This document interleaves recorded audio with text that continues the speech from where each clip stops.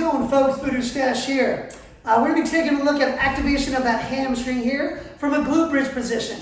The position that your shin angle is here, that your foot and knee are, the further out I go, the more and more work it is to keep that hamstring totally engaged. So being tight in your hamstrings doesn't necessarily mean that you're super strong or super tight there. What we're trying to do is, one, get better at controlling that range all the way back and forth at all different positions that we can be in. So we're going to start off from a normal glute bridge position here. Make sure you've got that rib cage down, that back nice and flat. We're going to raise those hips up. I'm going to take those toes, I'm going to pull those toes up off the ground. So I'm going to walk those out actually a little bit further. We're going to think about taking those heels, pushing them in the ground, and pulling the ground underneath us. So I'm here, back is flat, and I'm pulling those heels underneath my butt.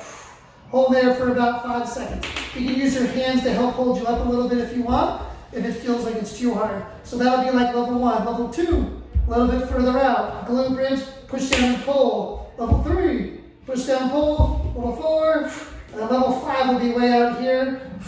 We're really working hard, using those hamstrings, trying to pull that forward underneath you while maintaining those hips being extended.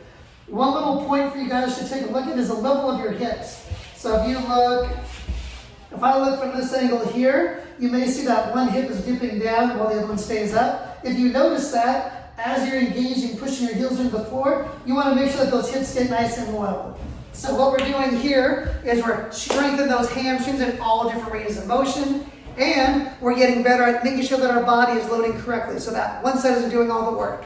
So if you guys are looking to balance out the way to walk, that way that you walk, the way that you run, the way that you squat instead of leaning over to one side, go to a simpler position and try to master it there. And as you master that, that will build into those bigger movements. Try that stuff out. Let me know how it goes.